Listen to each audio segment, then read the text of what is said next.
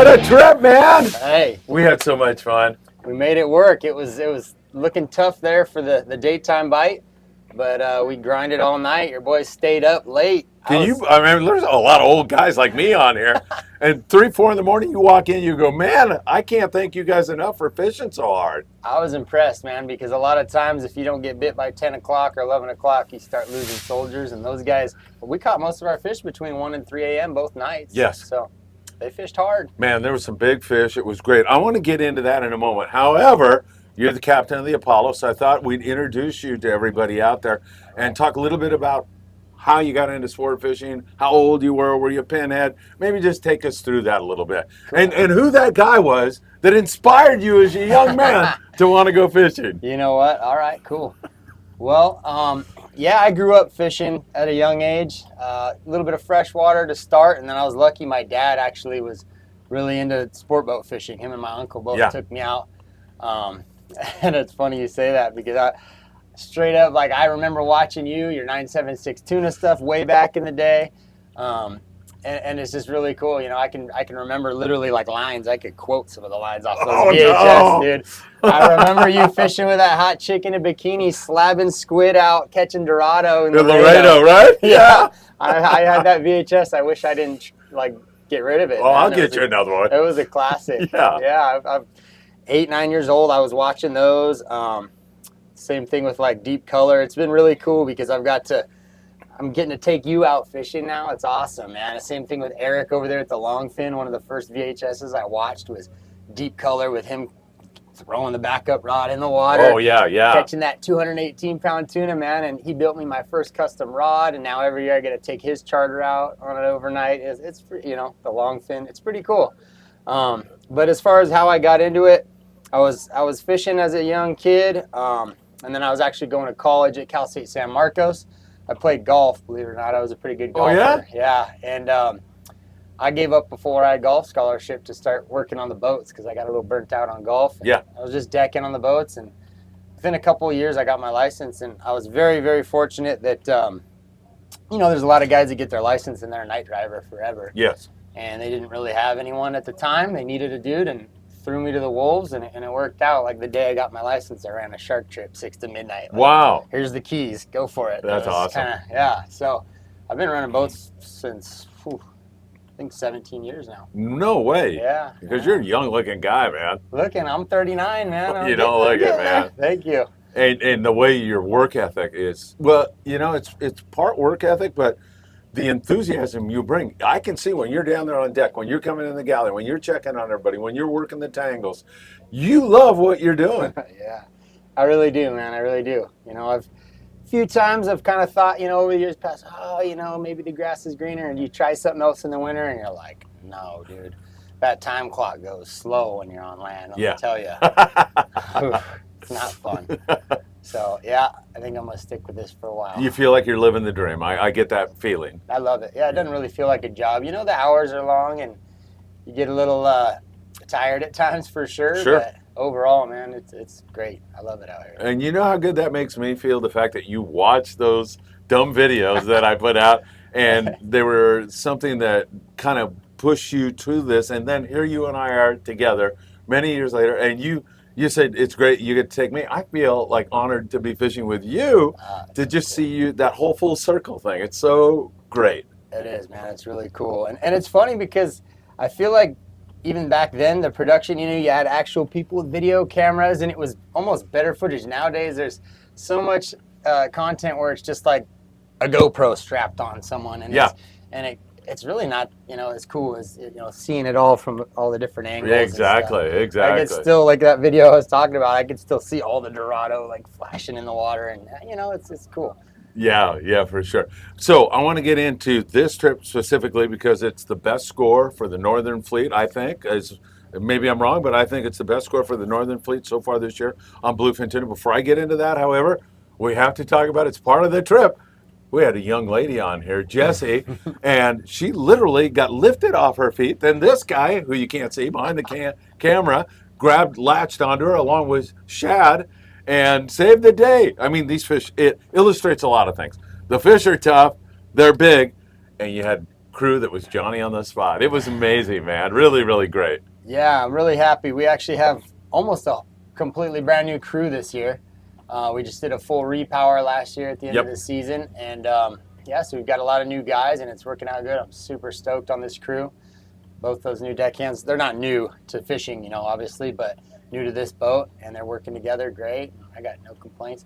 We'll see how they are come October, November, but right now they're killing it. I'm stoked. Yeah, it's a great crew, fantastic. You know, these reverse 2.5-day trips, it's a reverse 2.5-day trip. I'm going to just repeat that one time, but feels like a 4-day trip. Yeah. I mean, because we fish a full night of bluefin. Then you wake up the next morning, you're killing these giant rockfish on the 60-mile bank. Then you're back fishing another night. Now we're at San Clemente Island fishing for bass.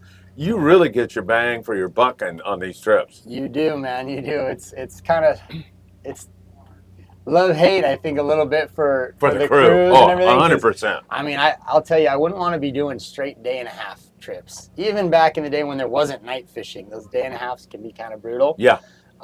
Just back to back to back to back like that. But yeah, right now, a day-and-a-half, you feel like you're fishing 3 days on a day-and-a-half trip. You fish all night, you know, when you come out. You fish all day, and then you fish half that night before you go back in. So, yeah, it's cool for the people. You get your money's worth for sure when this night action is going on. Yes. It is a little tough. We're hoping that changes around and we can catch some tuna in the day. There's almost zero tuna to catch during the daylight right now, which is kind of strange. You know, usually it kind of goes in little spurts where it'll be better in the day, better in the night from week to week. But there's hardly been a 2-3 days this whole season so far where, you know, granted it's only June, but there's only been a few days where the fish bit in the daylight. So we'll hope that switches for everybody's sake, and we'll hope that there's some kelp fishing to be had too, man. We need some yellowtail to slide up the line. Season's a little slow to develop this year, wouldn't you say? Kind of on some species. Compared to the last few years, yeah. We've kind of like gotten a little spoiled, right, I think, the last few years, and we're used to, you know, wham, bam, you know, wide open fishing in April. Yeah, exactly. Yeah, so we'll see how it goes. I'm liking it so far, though. Yeah, heck yeah. I mean, this was just a great trip. So what'd we end up with, 36, 37 bluefin? Yeah, I think we had 17 or 18 the first night, and then we had 19 last night. So, yeah, 36, 37 fish. And what size? I mean, I was here, but you're the cap. 50 to 120, I'd call it. Yeah. Yeah, good mix. I'd say almost half and half. A few more of those 50, 60 pounders. And then, yeah, quite a few over 100. There was 2 fish in particular where I was standing there videotaping you, and I'm like, I watched you stick the fish perfectly in the head, and then I'm going, okay, why isn't he calling for a second gap? You frickin', that 120-pounder you threw on the deck, that was quite a feat for an old fat ball guy to watch that happen, man. You know, if you got a good hook in them, it's all right. That's not that heavy, really. It was calm weather too. I'll give it that. It was bitching. It was shaking, and I'm not sure about the gaff shot. I'm definitely calling for a second one, but I was pumped up. I was feeling it. What would you tell people who are listening and they want to know, what do I need to be doing to be successful? Is it the type of jig? Is it the tackle? Is it listening to the crew and captain? Is it all that? Yeah, you know, anytime when people want success, whether it's fishing or hunting and everything, they always want the one little secret, and it's never one thing. It's always a bunch of little things that add up. Yeah. But exactly what you just said, listening to what depth the fish are at, obviously being on the right side of the boat and all that stuff, spread out, you know, don't get tangled, all the little dumb things, obviously. But the right jig can matter a lot, you know. It's kind of funny. Year to year, it seems to change. First, it was those little flat falls. And then it went to, like, all of a sudden it had to be a glow-in-the-dark jig, to the biggest jig you can get, to the sinkers, to now those West Coast jiggers are working good. And it seems like, you know, every couple months it's a new hot jig. And at first I kind of laughed about that. But even lately, you know, some of the top boats, you know, Aliar on that Supreme, he was telling me, no, you got to have these jigs, you got to have these. And we don't have a lot of them. And it probably would help if we had everybody rigged with the perfect jig, and everybody's line marked off at 200-300 feet so they know exactly where they're at. But it's tough, you know, some guys come with straight mono, so everybody's got different tackle, and that can be a challenge too, you know what I mean? If you had everybody with the same setup, a little bit, you know, medium to smaller reel, the jigs sink faster. Some guys got a big old pen with heavy mono and it doesn't sink fast enough, and then their line gets kind of up in the air. It's just, There's a little bit of everything, but Yeah. yeah, if you got the right jig and you listen to the crew's willing to. I mean, we've got extra jigs up here. We're always willing to share or loan them out, whatever they need. You know, that'll help too. Some guys are a little stubborn at times, though. They want to use their own stuff. They paid good money for it. They want to use it. Yeah, for sure. So, what is the perfect jig this year? You said if they had the perfect jig, the right jig. Yeah. I mean, I heard a lot of guys talking HD. Yeah. We're not pushing advertising. We No, want to just yeah. give the public what's working. Last night, the last few nights and the last few trips, that West Coast Jiggers 350 HD has been hot. Yeah. I got one tight on back there, but then that's One of not these bad. two? That's No. just a Daiwa SK. Yeah. Those are good too. Seems like you don't want to go too big. A lot of guys are going just the biggest jig they can get, and unless it's super windy and you're having trouble keeping it vertical, then that's when you want to go a little bit bigger jig maybe. But yeah, those smaller profile, longer, skinnier, smaller profile jigs seem to be good when it's calm like this. Especially when there's that smaller fish, 50, 60 pounders mixed in. You don't need the foot long 400, 500 gram jigs at all. Right. Yeah. And Spectra 80, 100. Yeah, either 130, 80, like 80 or that, 100. Yeah, 80 or 100 is perfect. You get too thick, and like I said, it starts kind of going up with the drift too much. Yeah, I like 80, honestly. And the leader, you don't want it to be too long, so when the swivel hits the top guide, the fish is too deep to get a gaff in it. You want to Right. make sure you're okay there Yeah, also, right? I'd say about 5 foot max, or as long as you can touch your swivel and you can hook your jig on your reel, that's probably a good rule of thumb. If it's longer than that and you're having to wrap it around the handle and go up the guides, it's probably a little long, and then you could max out on your tip and be in trouble. Yeah, something we saw in here, and there's a learning curve here, and people get excited and they're not thinking straight, but a guy's got a fish, he's hooked on a big fish, he's in the corner. You don't want to go back in that corner and drop your jig right there, right? Yeah, I mean, people get excited and they lose, but they're listening now, so coach them, right? Right. I think what people don't realize is they see that fish and it just looks like it's right there, but it's doing 50, 100-foot circles down there. So even if you're within 10, 20 foot of them, you're in danger of getting wrapped up, and then it gets ugly. You saw we had a real bad one last night where we had probably eight or 10 lines all together, 2 fish wrapped with those lines wrapped to the rudder.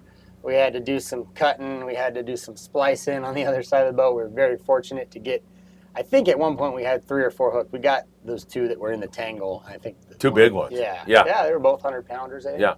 Yep. So it happens, though. It's going to happen no matter what when you got, I've seen it happen on a yacht with 3 guys in the water. Yeah, they of all course. tangle each other. So It's nighttime too. Yeah. That just adds a layer of difficulty to it. right.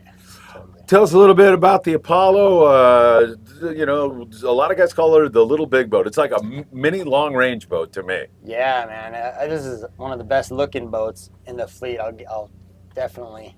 I don't think there's any arguments there.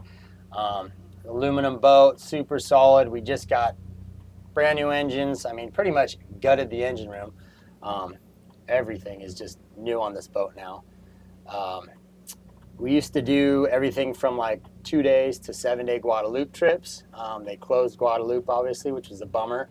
So the last couple of years we haven't been able to do Guadalupe, but it's a 2 to 3 day charter boat primarily, all private charters. We do throw a few open party trips in there to fill the gaps if we have them.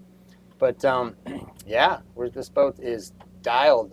New owner the last couple of years, Jeff Jessup, and he's put a lot of money into this boat, and he's making her one of the top boats on the fleet for sure. Yeah, for sure. You spend some of your time in San Pedro, and then you go to San Diego, right? Yeah, we just do 2 months here in San Pedro, May and June, and then we go 4th of July. We're taking her back to Mission Bay, fish out of Seaforth for July through November.